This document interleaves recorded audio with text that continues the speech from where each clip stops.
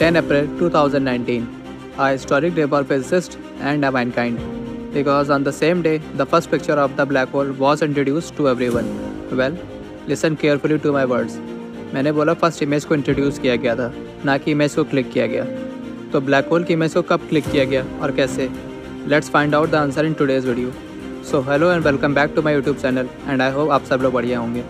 पहले shortly black hole को समझ लेते हैं। सो ब्लैक होल यूनिवर्स का वो क्वेश्चन है जो कि हर साइंटिस्ट के दिमाग में रहता है और हर उस पर्सन के अंदर जो कि स्पेस को एक्सप्लोर करना चाहता है, जिनको एस्ट्रोफाइल्स बोलते हैं। ब्लैक होल के बारे में बात करें तो ब्लैक होल को डेड स्टार भी बोला जा सकता है, क्योंकि ब्लैक होल पहले एक जाइंट स्टार ही होता है जिसका मास हमारे सन से एटलीस्ट 10 टाइम्स यानी कि 10 गुना ज़्यादा होता है। एक जाइंट स्टार तब ब्लैक होल बनना शुरू होता है जब स्टार के अंदर हो रहे न्यूक्लियर फ्यूजन का फ्यूल ख़त्म हो जाता है। इसको इस तरह से समझो कि हर स्टार के अंदर एक फिनोमेना हर समय चलता रहता है जिसको न्यूक्लियर फ्यूजन बोलते हैं। न्यूक्लियर फ्यूजन में हाइड्रोजन के मॉलिक्यूल्स आपस में फ्यूज़ होकर यानी कि मिक्स हो जाते हैं और हीलियम गैस बनाते हैं, और इसी फ्यूजन के प्रोसेस में एक vast amount of energy release होती है और इसी को न्यूक्लियर फ्यूजन बोलते हैं। हमारे सोलर सिस्टम के सन में भी यही फिनोमेना होता है, तभी सन में इतनी हीट और वेव्स यानी कि किरणें जनरेट होती हैं। जब किसी स्टार में न्यूक्लियर फ्यूजन की प्रोसेस होना बंद हो जाता है तो एक बड़े रेड जायंट स्टार में बदल जाता है और अपनी ही ग्रेविटी में श्रिंक होने लगता है। उसके बाद स्टार में एक बड़ा विस्फोट होता है जिसको कि सुपरनोवा बोलते हैं। अब सुपरनोवा होने के बाद 3 तरह के चेंजेस हो सकते हैं एक स्टार में, अलग अलग कंडीशन के हिसाब से। Now listen carefully. अगर किसी स्टार का मास हमारे सन जितना है तो वो सुपरनोवा के बाद वाइट डॉर्फ स्टार में बदलेगा। वाइट डॉर्फ स्टार एक हाईली डेंस डेड स्टार होता है। वाइट डॉर्फ स्टार सुपरनोवा के बाद अर्थ के साइज जितना रह जाता है, लेकिन इसका मास बहुत ज़्यादा हाई होता है। दूसरी कंडीशन, अगर स्टार का मास हमारे सन से 1.4 सोलर मास से ज़्यादा है तो वो सुपरनोवा के बाद एक न्यूट्रॉन स्टार बनेगा।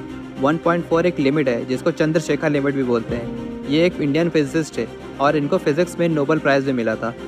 और न्यूट्रॉन स्टार तब बनते हैं जब उनके अंदर का इलेक्ट्रॉन्स और प्रोटॉन्स आपस में फ्यूज़ होकर न्यूट्रॉन बना लेते हैं, तब वो जाके एक न्यूट्रॉन स्टार बनते हैं। तीसरी कंडीशन, अगर कोई स्टार 3 सोलर मास से ज़्यादा बड़ा है हमारे सन से, जिसको TOV लिमिट भी बोलते हैं, तो वो सुपरनोवा के बाद जाके ब्लैक होल में बनेगा। इट मीन्स कि हर स्टार ब्लैक होल नहीं बन सकता। ब्लैक होल बनने के लिए स्टार के मास पे डिपेंड करता है और किसी स्टार का ब्लैक होल बनने का चांस सिर्फ 3% ही होता है। बाकी 97% टाइम या तो वाइट डॉर्फ स्टार बनेगा या फिर न्यूट्रॉन स्टार। हमारा सन अपने डेड होने पे वाइट डॉर्फ स्टार ही बनेगा, but don't take tension because ऐसा होने में करोड्स ऑफ ईयर हैं, एटलीस्ट 3 to 5 बिलियन ईयर्स हैं। लेकिन जब भी एक स्टार ब्लैक होल बनता है तो वो बहुत सारी मिस्ट्रीज़ को अपने साथ लाता है, जैसे कि ग्रेविटी। ब्लैक होल की ग्रेविटी इतनी ज़्यादा होती है कि उसके पास आने वाला हर चीज़ अपने अंदर खींच लेता है। It means anything can not be escape from black hole, not even a light, जो कि यूनिवर्स के सबसे फास्टेस्ट थिंग है। ये भी थ्योरी है कि ब्लैक होल के अंदर एक और यूनिवर्स हो सकता है, और ब्लैक होल स्पेस में एक बहुत ही डीप स्पेस टाइम कर्व बनाता है जिसकी वजह से ग्रेविटी क्रिएट होती है। बट वेट, हमने तो अभी तक ग्रेविटी को फोर्स पढ़ा था कि ग्रेविटी एक फोर्स है। न्यूटन ने बताई थी ये बात, तो क्या मैं उनको गलत बोल रहा हूँ? बिल्कुल भी नहीं। ग्रेविटी को 2 तरह से डिफाइन कर सकते हैं, एक फोर्स की तरह और दूसरा स्पेस टाइम कर्व की तरह, जिसके ऊपर डिटेल्ड वीडियो आएगी, उसमें सब क्लियर कर दूंगा। तब तक के लिए आगे बढ़ते हैं। यह था short explanation on black hole. अब जानते हैं कि कैसे मेसियर 87 यानी कि M87 ब्लैक होल की इमेज को लिया गया, जो कि हमसे 5.5 लाइट ईयर्स दूर है।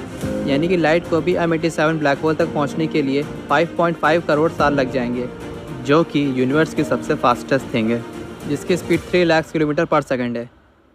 ये स्पीड इतनी फास्ट है कि लाइट अर्थ के साथ चक्कर को 1 सेकंड में लगा लेती है। ब्लैक होल की इमेज को निकालना बिल्कुल भी आसान काम नहीं था, क्योंकि ये लाइट को भी अपने अंदर खींच लेता है और कोई भी ऑब्जेक्ट हमें तभी दिखाई देता है जब लाइट उससे रिफ्लेक्ट होकर हमारी आंखों में जाती है। लेकिन ब्लैक होल के चारों तरफ बहुत सारी तरह की गैसेस और डस्ट पार्टिकल्स घूमते रहते हैं, जो कि इतने गर्म हो जाते हैं कि प्लाज्मा बना लेते हैं। प्लाज्मा मैटर की 4th स्टेट है, जिसका temperature 150 million degree Celsius temperature होता है, जो कि ब्लैक होल के चारों तरफ ग्लो करने लगती है, जिसको अक्रीशन डिस्क बोलते हैं। और बीच में होता है वो होल जिसको सिंगुलैरिटी बोलते हैं। इसी अक्रीशन डिस्क की वजह से साइंटिस्ट ब्लैक होल को देख सकते हैं। इसको देखने के लिए हमें एक अर्थ के साइज़ का टेलीस्कोप चाहिए, जिसको बनाना पॉसिबल नहीं है।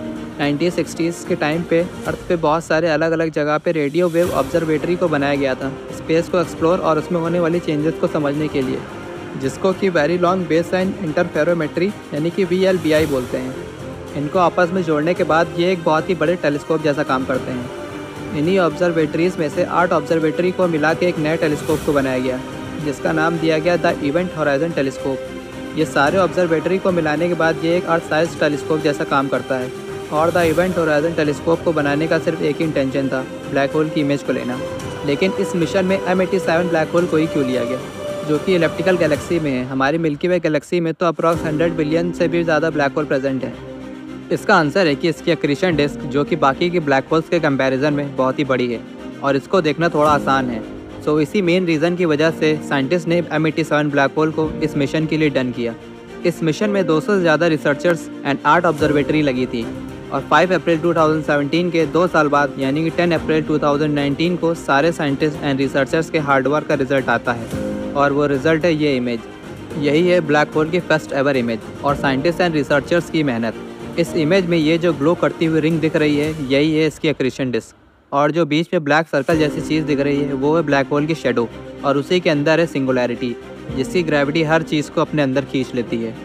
इस इमेज के लेने के बाद इसका साइज 27 पेटाबाइट्स था, मतलब 27 लाख GB स्टोरेज की इमेज ली गई थी, जिसको Max Planck institute for radio astronomy में 800 कंप्यूटर की हेल्प से एनालाइज किया गया। अब आप सोच सकते हैं कि कितना टफ काम रहा होगा इस ब्लैक होल की इमेज को लेना, बट टीम वर्क, डिटर्मिनेशन और डिसिप्लिन से हर काम को किया जा सकता है। सो कैसी लगी आपको आज की वीडियो, कमेंट में ज़रूर बताना। Hope you all like my video. Thank you for watching.